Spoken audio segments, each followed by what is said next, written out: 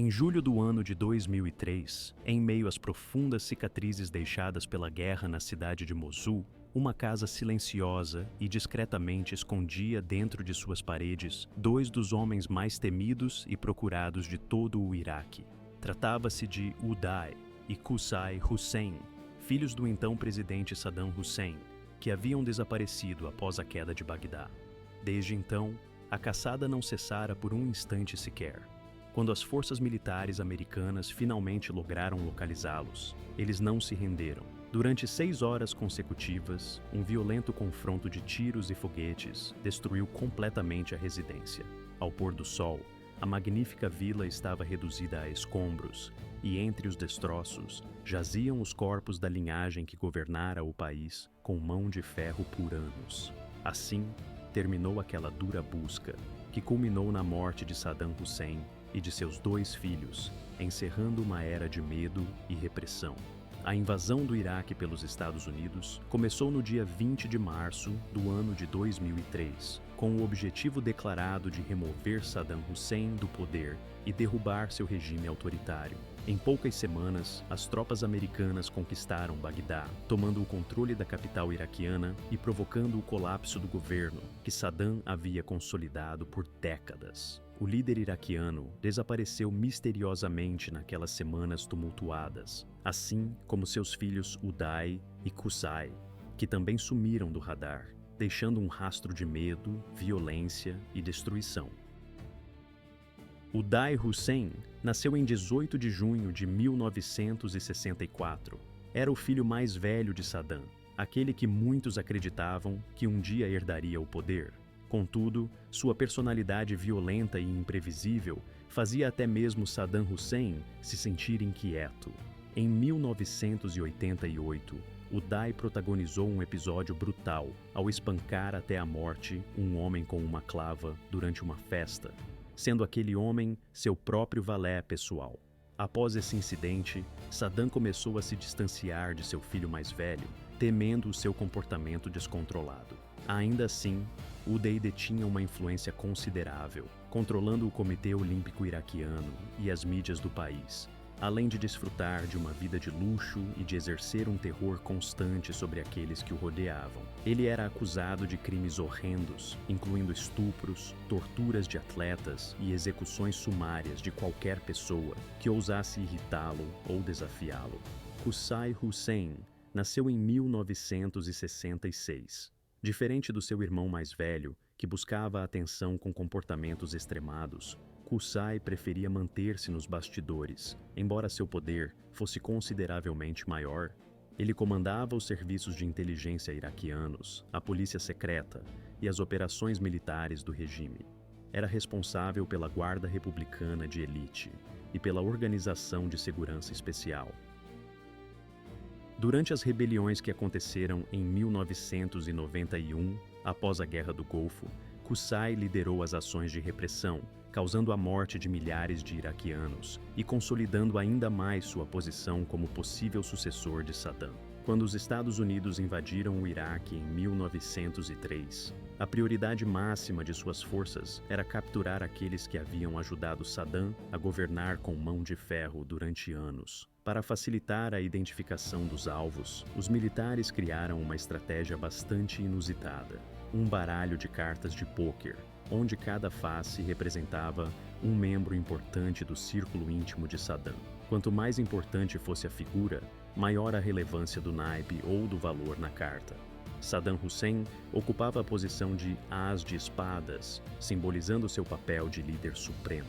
Uday, seu filho mais velho, tinha a carta de as de copas, refletindo sua posição de destaque, embora muitas vezes imprevisível. Qusay, por sua vez, era representado pelo as de paus, uma figura mais discreta, porém mais perigosa, dada sua influência e controle sobre os aspectos mais secretos do regime. O governo americano colocou uma recompensa milionária de $15 milhões por cada um dos filhos de Saddam, totalizando $30 milhões, uma das maiores quantias já oferecidas na história por alguém considerado perigoso ou de alta importância.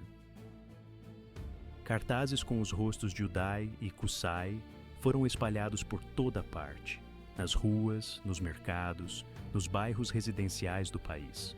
Milhares de panfletos eram distribuídos, incitando os cidadãos a denunciar os fugitivos, prometendo uma recompensa que poderia transformar qualquer pessoa em um milionário se entregasse-os.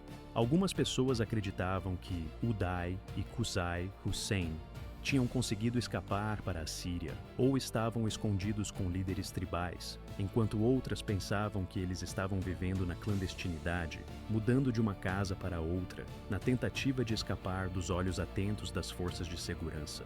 Contudo, todos esses sonhos de fuga os direcionaram, de forma consciente ou inconsciente, para o norte do país, rumo à cidade de Mossul, que é a segunda maior cidade do Iraque e está situada próxima à fronteira com a Síria. Essa escolha, embora arriscada, revelou-se uma estratégia inteligente, pois Mossul tinha um histórico de forte ligação com o Partido Baath e por muitos anos serviu como uma fortaleza do regime de Saddam Hussein.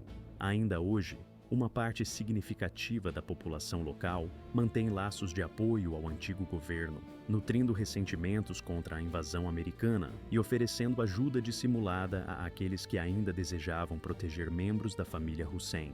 A cidade representava, portanto, um ambiente onde os segredos eram protegidos com cuidado, um lugar perfeito para esconder fugitivos de alta prioridade. Nos primeiros momentos, Uday e Qusay optaram por permanecer em diferentes casas seguras, mudando de endereço frequentemente para evitar qualquer rastreamento por parte das forças de segurança. Essas operações de relocação só eram possíveis graças à colaboração de contatos confiáveis, pessoas que tinham algum vínculo com o antigo regime ou com a própria família Hussein, e que estavam cientes do perigo que representava ajudar esses irmãos.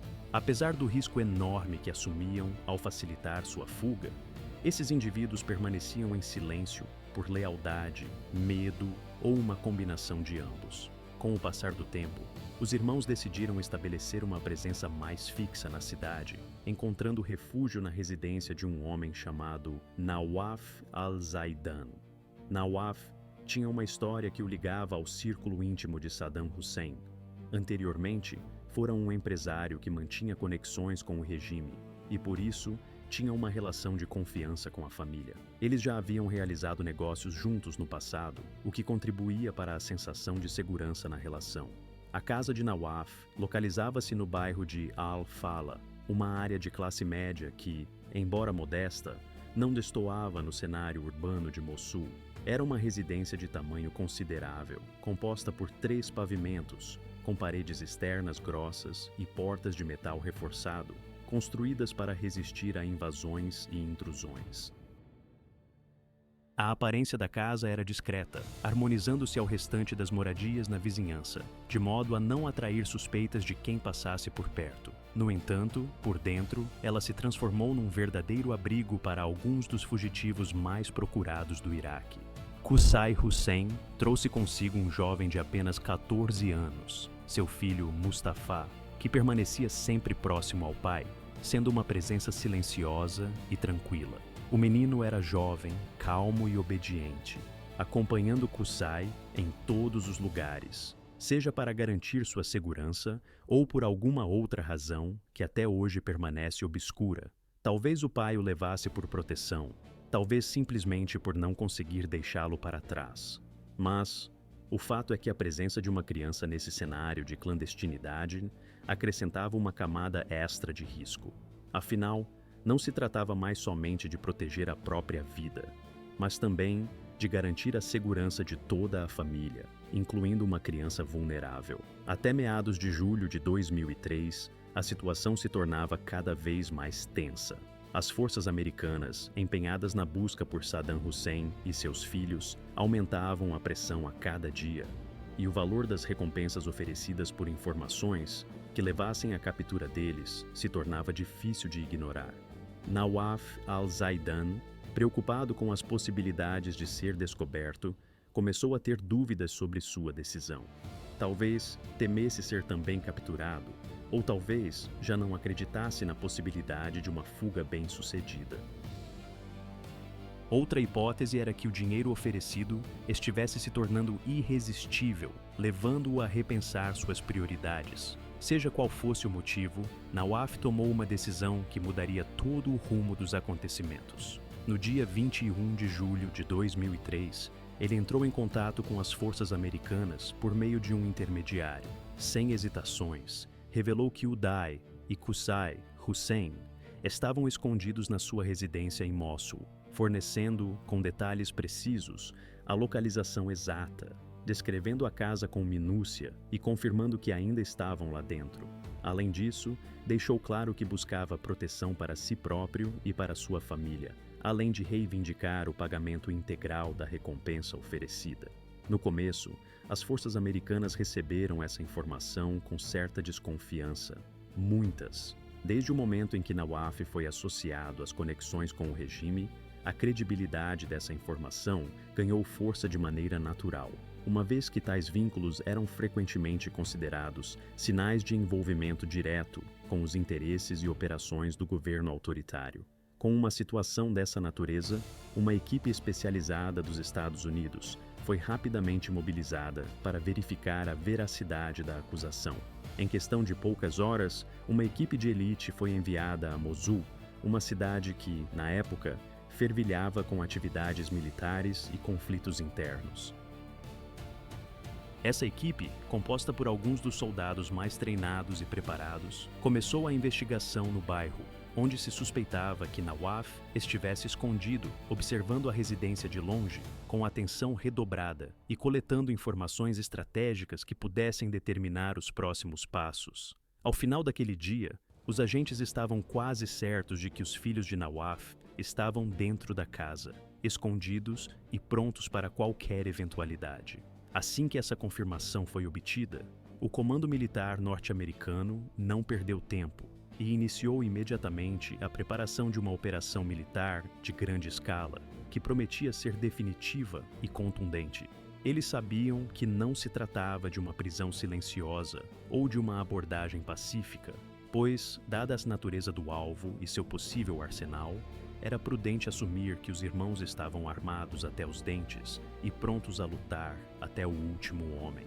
Assim, o plano era agir rapidamente, cercar a residência de modo a impedir qualquer fuga e exigir a rendição dos suspeitos. Caso os irmãos decidissem se entregar, poderiam ser presos vivos e entregues às autoridades. Porém, se optassem pela resistência, os soldados estavam completamente preparados para destruir a casa e eliminar a ameaça de uma vez por todas. Na manhã do 22 de julho de 2003, a rotina silenciosa das ruas do bairro de Al-Fala estava prestes a se transformar em um cenário de guerra. Por volta das 10 horas da manhã, as forças americanas assumiram suas posições estratégicas ao redor da residência, com todo o planejamento meticuloso que uma operação dessa magnitude exigia. Essa missão envolvia algumas das unidades mais capacitadas e treinadas do Exército dos Estados Unidos, como os comandos da Delta Force, especificamente o Grupo de Força-Tarefa 20, uma unidade especial criada especialmente para caçar os principais membros do regime de Saddam Hussein. Além deles, soldados da Divisão de Paraquedistas 101, conhecidos por sua rapidez, precisão e capacidade de ação rápida, também estavam presentes apoiando a operação. Ao redor da casa, veículos blindados como Humvees e veículos de combate, Bradley estavam posicionados de forma a garantir o controle da área, enquanto no céu, helicópteros pairavam em voo de reconhecimento, prontos para fornecer apoio aéreo imediato caso fosse necessário. Snipers haviam se colocado em posições estratégicas nos telhados próximos, observando cada movimento e prontos para agir rapidamente ao menor sinal de ameaça. Todo o perímetro foi selado, impedindo qualquer entrada ou saída de civis, que foram evacuados com rapidez para evitar que se tornassem vítimas colaterais ou obstáculos na operação. A força militar utilizou alto-falantes e falou em árabe, ordenando que as pessoas dentro da residência saíssem com as mãos levantadas, prometendo segurança e tratamento adequado em caso de rendição. Essa abordagem, padrão em operações de captura, tinha como objetivo oferecer uma oportunidade de rendição pacífica, evitando confrontos desnecessários. Porém, ao contrário do esperado, não houve qualquer resposta às chamadas. Em questão de segundos, um intenso tiroteio irrompeu de dentro da casa, com balas que atravessaram janelas, paredes e objetos, transformando o ambiente em um verdadeiro campo de batalha. As forças americanas imediatamente responderam ao fogo, buscando se proteger e avaliar a ameaça que enfrentavam. Ficou claro que Uday e Qusay, os irmãos-alvo, não tinham intenção de se entregarem facilmente. Internamente, a residência tinha sido preparada como uma fortaleza, com os irmãos posicionados nos andares superiores, para aproveitar a vantagem da altura, usando armas de fogo automáticas, granadas e uma quantidade considerável de munição. Além disso, relatórios posteriores indicaram que o filho de Qusay, Mustafa, também estava presente e, de acordo com as informações, portava uma arma de fogo, o que aumentava ainda mais a complexidade da operação. Diante da resistência feroz, os soldados perceberam que a operação tinha se transformado em uma batalha aberta, que não poderia ser resolvida com uma simples abordagem de captura. Assim, eles recorreram a todo o seu arsenal, disparando com metralhadoras M249, lançando granadas e utilizando lançadores de foguetes AT-Titiri, numa tentativa de desestabilizar a defesa inimiga e avançar na casa. A fumaça começou.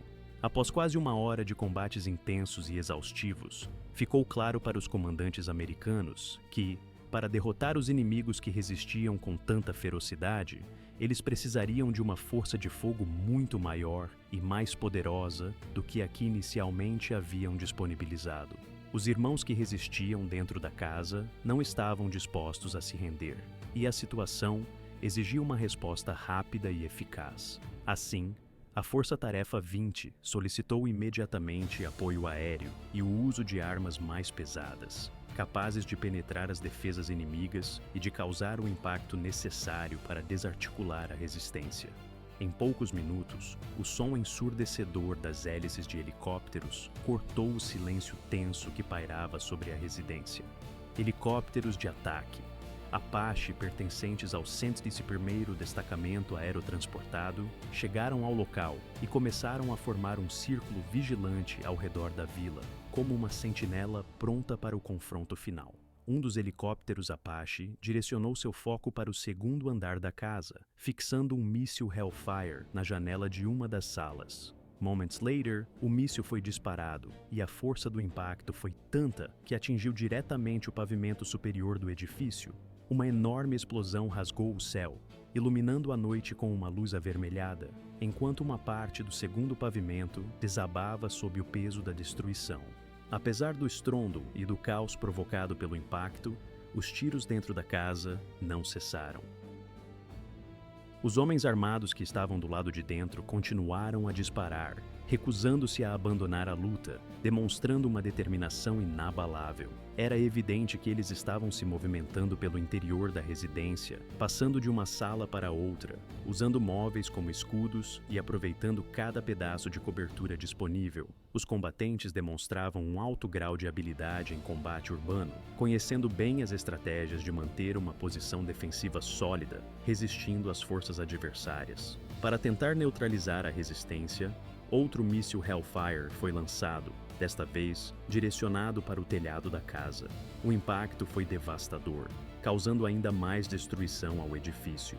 Contudo, a resistência não foi totalmente destruída, e a casa permaneceu ocupada, ainda emitindo sons de tiros e explosões. A batalha se prolongou por mais de 6 horas, tornando-se uma das mais longas e ferozes confrontações armadas enfrentadas pelas tropas americanas desde o início da invasão do Iraque, ocorrida em março do ano 2003. Às 4 horas da tarde, finalmente, o tiroteio cessou. Nenhum disparo foi ouvido de dentro da residência, indicando que a resistência havia sido derrotada ou, pelo menos, temporariamente neutralizada. Por volta das 5 horas da tarde, com a ameaça finalmente controlada, as tropas americanas avançaram com cautela até o local. O cenário era de destruição completa. A casa estava quase em ruínas, com paredes derrubadas e destroços espalhados por todos os lados. Os soldados moveram-se cuidadosamente, atentos a possíveis armadilhas ou sinais de que ainda pudesse haver sobreviventes no interior. Era fundamental garantir que a ameaça estivesse realmente eliminada antes de qualquer outro movimento. Durante a minuciosa busca pelos escombros, eles encontraram 4 corpos no interior do prédio, espalhados pelos andares superior e inferior. 2 deles eram homens adultos, um adolescente e um outro homem que parecia ser um guarda-costas. Todos haviam sido mortos durante o combate, cada um com ferimentos fatais. Um dos homens adultos apresentava um ferimento de bala na cabeça, provavelmente resultado dos momentos finais da batalha. O adolescente havia sido atingido por múltiplos tiros, indicando uma resistência feroz até o último momento. Os soldados rapidamente fizeram registros fotográficos dos corpos e enviaram as imagens para os oficiais de inteligência. Como se tratasse de uma operação de alto nível, era imprescindível ter absoluta certeza da identidade de cada um.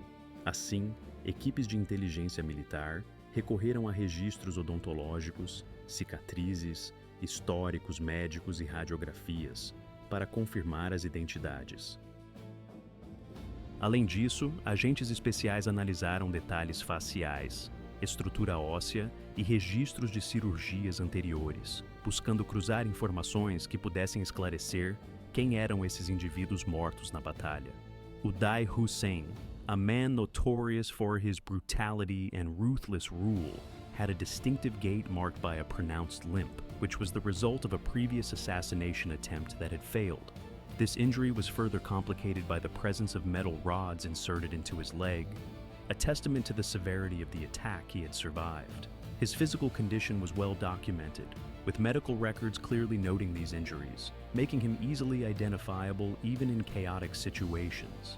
In stark contrast, Qusay Hussein, his younger brother, bore different injuries, details of which were meticulously recorded in his personal files, reflecting the distinct circumstances that had led to his own wounds. When forensic experts compared these records with the remains recovered, the evidence unequivocally confirmed their identities. The analysis left no room for doubt. The 2 adult men whose bodies had been found were indeed Uday and Qusay Hussein, the sons of Saddam Hussein. Alongside them was a teenage boy, whose identity was also verified through forensic comparison as Mustafa, the son of Qusay. The 4th individual present among the casualties was identified as their bodyguard, a man who had faithfully protected them through countless dangerous situations. On the morning of July 24th, 2 days after a fierce and intense firefight that had raged for hours, high-ranking officials from the American military held a press conference to announce the outcome of their operation to the global audience. They revealed that Uday and Qusay Hussein had been killed in the confrontation, providing tangible proof to back their claims. To leave no doubt in the minds of skeptics and conspiracy theorists, the U.S. authorities released graphic photographs depicting the lifeless bodies of the 2 brothers and their companion. These images showed the brutal reality of the raid, leaving a lasting impression worldwide. The decision to publish such explicit photographs sparked widespread controversy. Within the United States, some officials argued that publicizing these images was essential to dispel any lingering doubts or false theories about the deaths. They believed that displaying the bodies would serve as a definitive message to Saddam Hussein's remaining loyalists, signaling that their regime had truly been toppled. Conversely, other voices within the government felt that the images were excessively graphic and could be considered inhumane or unnecessarily disturbing to the public. Despite the debate, the impact in Iraq was immediate and profound. The reactions across the country were deeply divided, but emotionally charged. In Baghdad and the southern regions, where opposition to Saddam Hussein's rule had long been strong, many residents celebrated openly in the streets. Some people fired rifles into the air in joyful triumph, while others wept, not out of sorrow, but out of a sense of relief and hope for change. To many Iraqis, the deaths of Uday and Qusay symbolized the beginning of the end for Saddam's brutal and oppressive regime, sparking a collective sense of liberation. However, not everyone responded with celebration. In certain areas of northern Iraq, particularly those with deep-rooted tribal loyalties or strong allegiance to the Ba'ath Party, the news was met with shock and outrage. Some residents refused to accept the official story, spreading rumors that the men in the photographs were mere body doubles, or that the Americans had manipulated the entire narrative. These conspiracy theories gained traction among skeptics, who believed that the images might have been staged or faked to serve broader political aims. Yet, as more photographs emerged and forensic evidence was presented to corroborate the identities, even the most doubtful began to accept the reality of the deaths. The process of identification was thorough and precise, involving meticulous forensic analysis and DNA testing, which left little room for doubt. Once the identities were confirmed beyond any reasonable doubt, the bodies were flown out of Iraq to Baghdad, the country's capital. The American forces wanted to prevent the graves of Uday and Qusay from becoming shrines or rallying points for insurgents, so they opted for a discreet and controlled burial process. The burial was kept under tight security, with no public ceremony or funeral service held.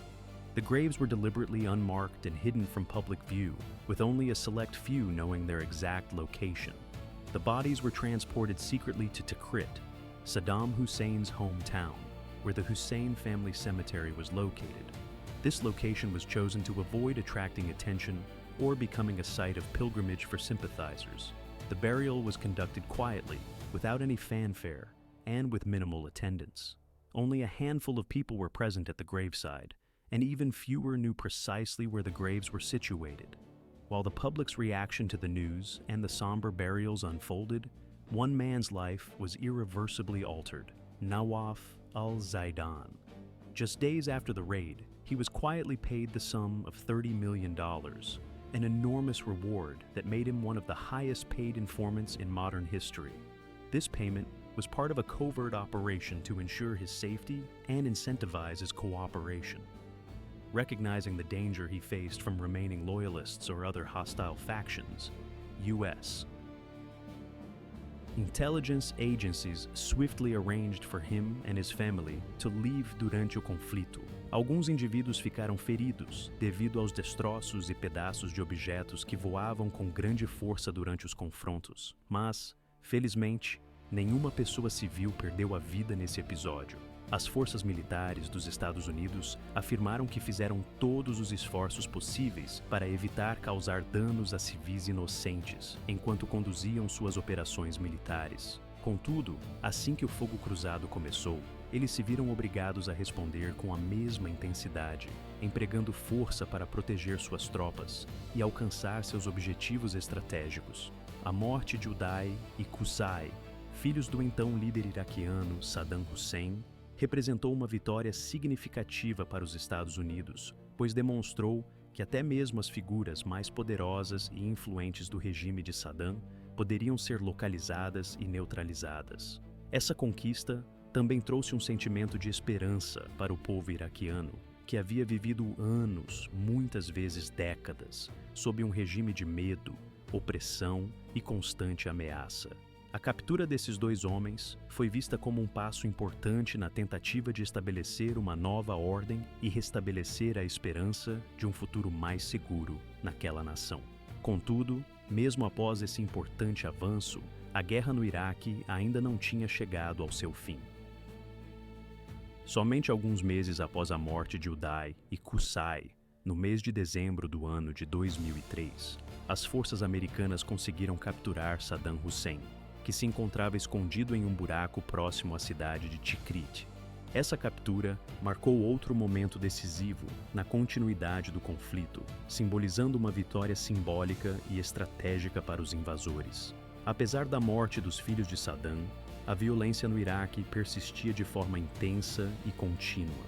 Uma insurgência forte e bem organizada começou a se formar e a atacar as tropas americanas com regularidade, criando um cenário de instabilidade e conflito constante. Ainda assim, para muitos iraquianos, a queda dos filhos de Saddam Hussein representou o fim de uma era marcada por horrores, repressões e sofrimentos inimagináveis. A captura e eliminação dessas figuras simbolizavam um passo importante na tentativa de romper com o passado de terror trazendo uma perspectiva de mudança, mesmo que o caminho ainda fosse cheio de desafios e perigos.